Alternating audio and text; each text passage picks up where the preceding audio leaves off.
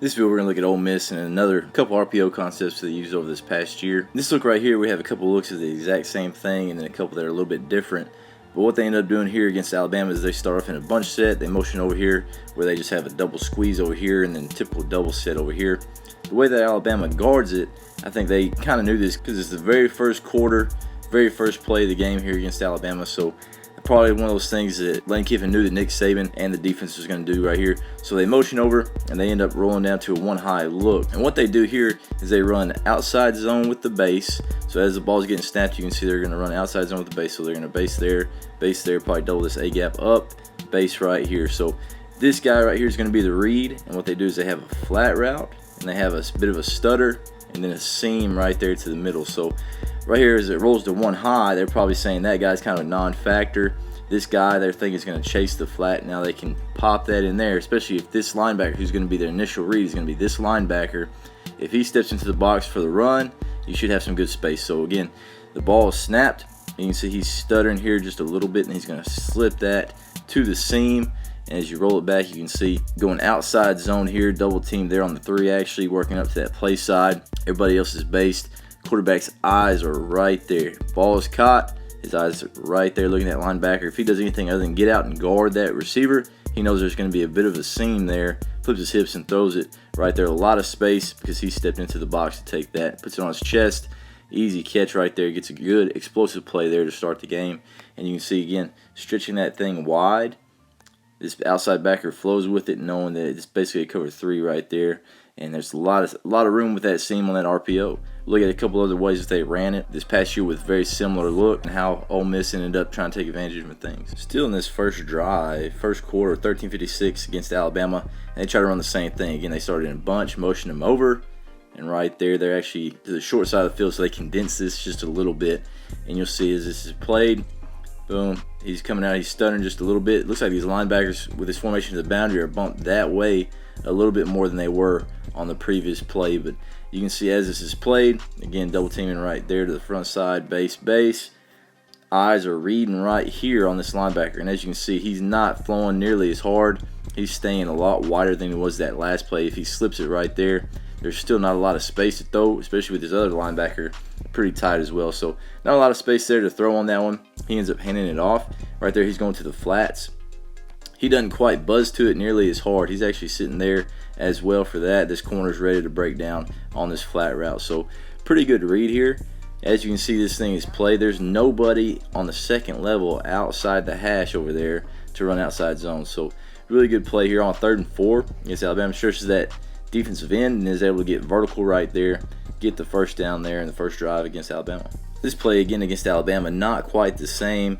You have your bunch over here, instead of motioning a guy over to get into a double squeeze set and a 2x2 set, get those safeties roll like they did that first look. They just left it on right there out of that bunch, and they're running counter actually to the weak side here, running a flat route and basically a bang 8. So right here, a little bit different as far as the concept. If the quarterback's looking at it, you know you got 6 for 6 here, just running your basic counter. There's your read, that safety that's rolled down. He's either going to be a box player stepping up, and if he's stepping up now, we got that bang 8. If not, and he drifts back, you got 6 on 6 in the box, and you're going to hand the ball off. So right here, if you're looking at this safety, he ends up on the snap. Now he's getting that ball to his back hip. He's actually drifting back into that bang 8 window instead of stepping down into the box. So good read here for the hand. As you can see right here, pretty good kick here by the guard. There's that fullback coming in trying to get front side shoulder on him. He gets his front side shoulder, but a really good job there by that linebacker dropping his hips. You can see drops his hips under him, extends. Now he's flat right there, but good run by the running back.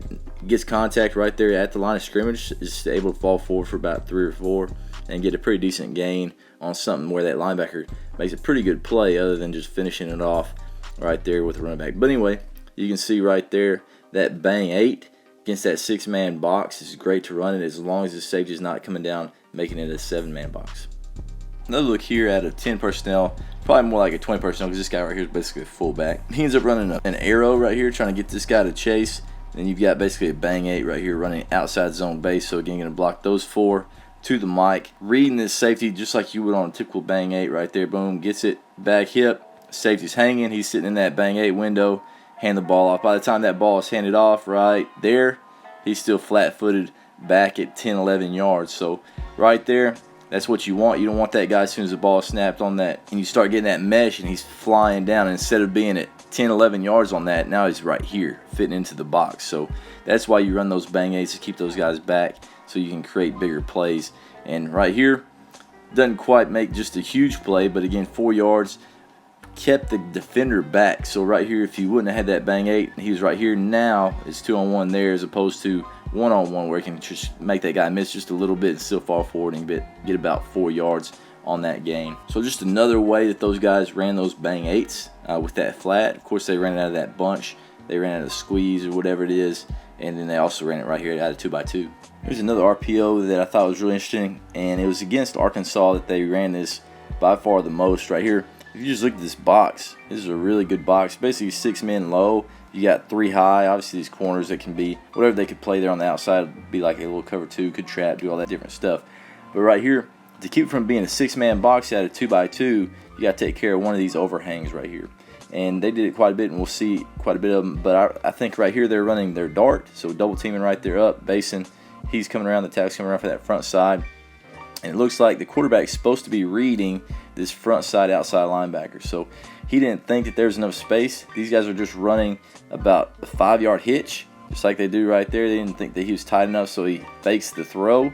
There's the tackle coming around. Now we're making a break. There's the guy fitting, and that's what they're expecting you not to be able to do, is to throw the ball out here in the uncovered space. They're uncovered over here. This guy's getting in.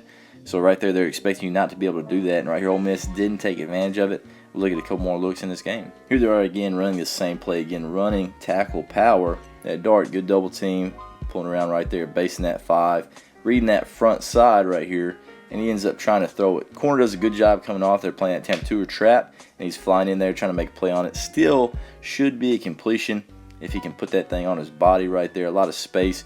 But we'll look at, again, some more looks. This is just one of those looks early in the game, and they just weren't able to connect on it. And you knew that Ole Miss, after the tough game that they had the year before against Arkansas, offensively with so many turnovers, they're going to have a game plan that had a few different wrinkles in it for that 3-safety look. You can tell that this is one of the things that they definitely emphasized. Instead of running tackle power here, they're just running inside zone. You can see getting good double teams. There's a lot of space there to that 5 technique. Backside's kind of falling through there. But as you can see right here, if this was your read, he's playing in the box pretty hard. Pull that thing, whip it out there on time.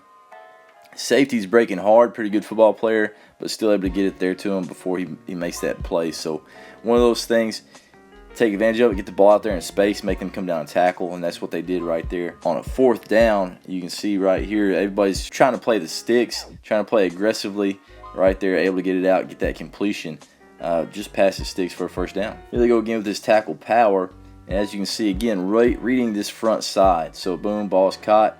Eyes go there, CC stepping in. Safety is way off down here to this side. Not sure why, but right here you have their bigger body, kind of a tight end, and he's able to get it out there to him. Now that guy has to come down and make a play, and right there he's able to fall forward for another 2 or 3 yards after that easy completion. So again, you can see rolling this back, 3-safety look, finding the guy that's most off, running tackle power right here, double teaming right there, pulling there, basing, and pass it and let him rush, do whatever you want to do, get him out of the play.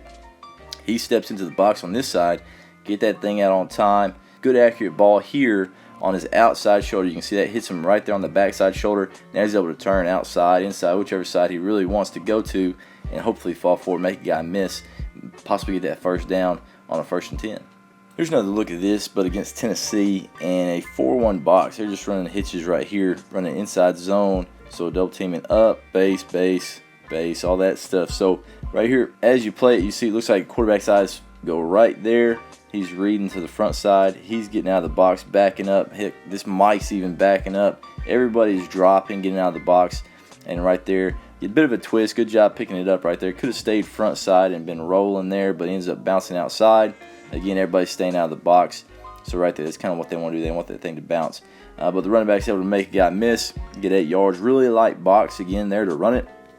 And really these RPOs, all you're doing is trying to make sure that these guys stay out of the box so they can't fit in for about a 1 or 2 yard gain. You want those guys having to stay out of the box so that even if they do bounce, there's enough space there that he's not squeezed down to that hip. Now he's able to make that play when it does bounce. Now there's more space, and again, Running backs, that's the reason why they're running backs. They're there to try to make a guy miss, and that's what they do right there to get a pretty decent gain. Here's a quick look here against Liberty. Again, run this hitch.